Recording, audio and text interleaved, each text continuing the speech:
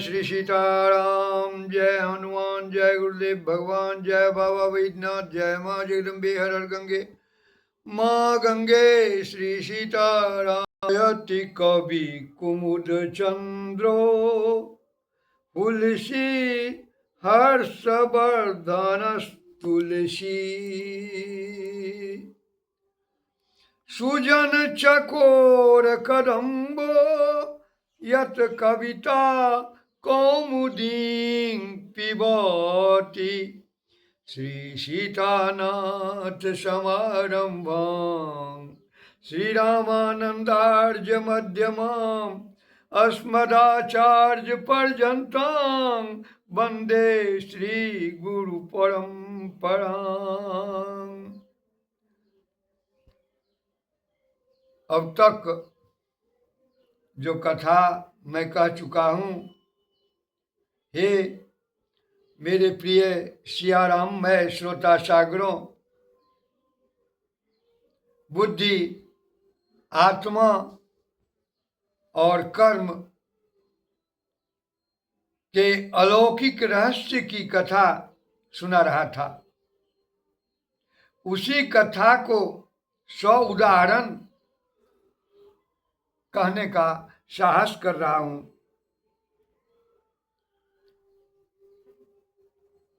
ध्यान में सावधानी रखने की आवश्यकता है। ध्यान में सावधानी रखने की आवश्यकता है। सुने, जब हमारी बुद्धि उपासना को छोड़कर राघवेंद्र जी के चरण कमल को छोड़कर अपने पूर्व भोगे हुए विषयों का बुद्धि चिंतन करने लगती है, जब माला हाथ में है और बुद्धि चिंतन कर रही है समोसा का, पकौड़ी का,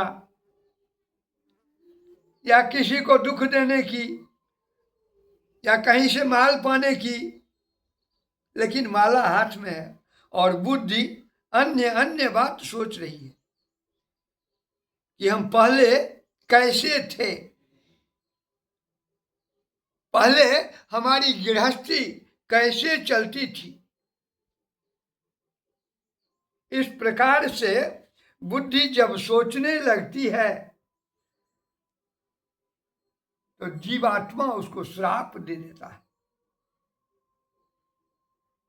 जीवात्मा का श्राप भुगतना पड़ता है। जिस प्रकार आज अहल्या इंद्र से दूषित हुई, उसी प्रकार बुद्धि कर्म से दूषित हुई। बुद्धि कर्मानुसारिणी। जब बुद्धि कर्म का अनुसरण करेगी तो भ्रष्ट हो जाएगी, और जब बुद्धि कर्म का चिंतन न करके ब्रह्म का चिंतन करेगी तो कल्याण होगा। अहल्या में गड़बड़ यही था। जब तक अहल्या इंद्र का चिंतन करती रही तब तक उसे श्राप मिलता रहा, और जब इंद्र का चिंतन छोड़कर कौशलेंद्र सरकार का चिंतन कर लिया तो अहल्या धन्य हो गई।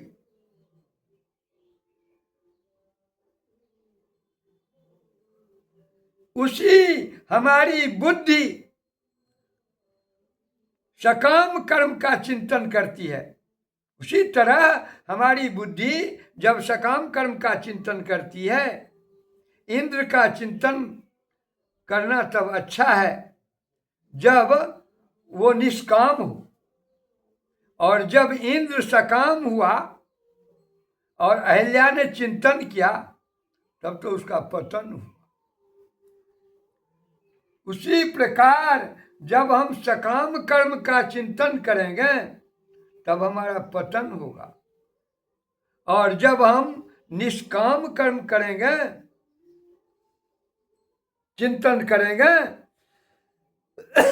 तो हमारा कल्याण होगा। आशा है आप लोग ठीक ठीक ठीक समझ रहे होंगे। इसका तात्पर्य है, हम कोई भी योजना अब बना रहे हो तो उस योजना के पीछे यदि हमने अपने नाम का चिंतन किया कि इसमें हमारा नाम होना चाहिए, हमारी छवि होनी चाहिए, हमारी प्रतिष्ठा होनी चाहिए, हमारे अहंकार का पोषण होना चाहिए, तब आप उचित कर्म नहीं कर सकोगे। तब आपकी बुद्धि भ्रष्ट हो जाएगी और उसे भ्रष्ट होना भी चाहिए। भ्रष्ट होना माने अपने मार्ग से गिरना। बुद्धि मार्ग क्या है? हमारे शास्त्रों ने कहा, बुद्धिवादी मत बनो,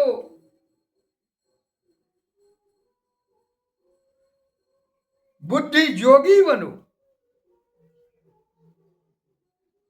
जब जीव भगवान का चिंतन करता है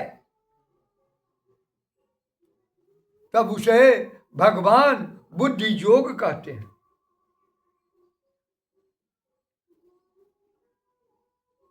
बुद्धि योग देते भी हैं। तेखां सतत युक्तानां भजतां प्रीतिपूर्वकं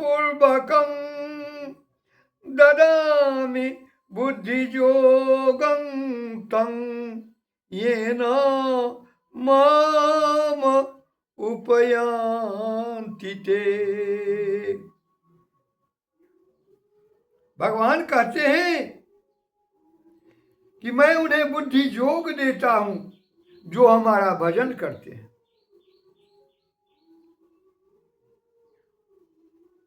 तत्र सवितुर्वरेण्यं भर्गो देवस्य धीमहि। जब उस वरेण्य तेज का ध्यान करेंगे तब हमें बुद्धि योग मिलेगा। धियो यो न प्रचोदयात्। अहल्या को शिला क्यों होना पड़ा? जड़ता क्यों आई? अहल्या में जड़ता इसीलिए आई क्योंकि अहल्या ने कर्म का अनुशासन किया, अनुगमन किया, ब्रह्म का अनुगमन नहीं किया।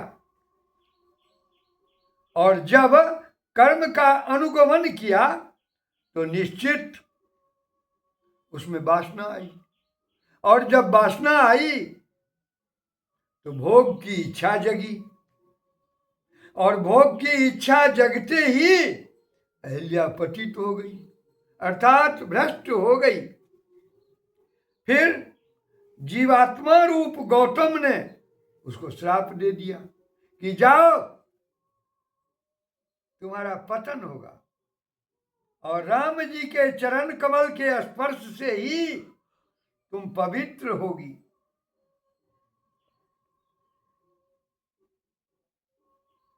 तो आज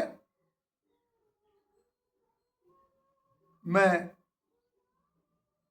यही राम जी के चरण कमल से ही अहल्या पवित्र होगी, अर्थात हम लोग भी पवित्र होंगे। इसी बात को ध्यान में रखते हुए आज अपनी वाणी को विराम दे रहा हूं।